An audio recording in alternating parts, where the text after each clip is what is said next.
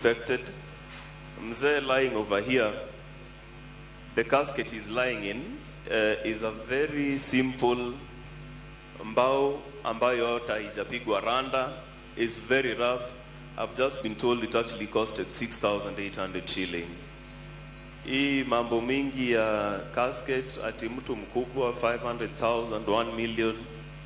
His essence and spirit is no longer with us. This is a body which he served the country with, and now it is finished. In addition to that, let me just briefly address the rumors I've been seeing on social media asking, is this guy, was he Muslim? The rights he wants to be buried with, what's happening?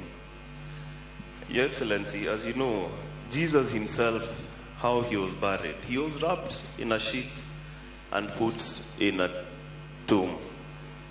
Right now, Mzee is wearing the uniform he donned for number 1 functions, but tomorrow we'll be wrapping him in the sheets. We'll extract him from the casket and lay him in the ground so that he can return to us dust as quickly as possible, just the way he wanted it, and just following the man he admired the most, Jesus Christ.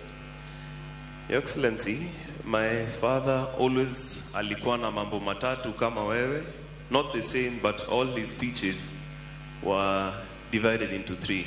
Today I divided it into 4 because he was a Foster General. Firstly, you heard from Bishop Lele about his love for God. Somewhere in that helicopter wreck is his Bible, which was his most precious possession. Anyone who worked with him in DHQ, MAB, lab, wherever, can attest that he always had a Bible with him. And I am hoping they're able to retrieve it from the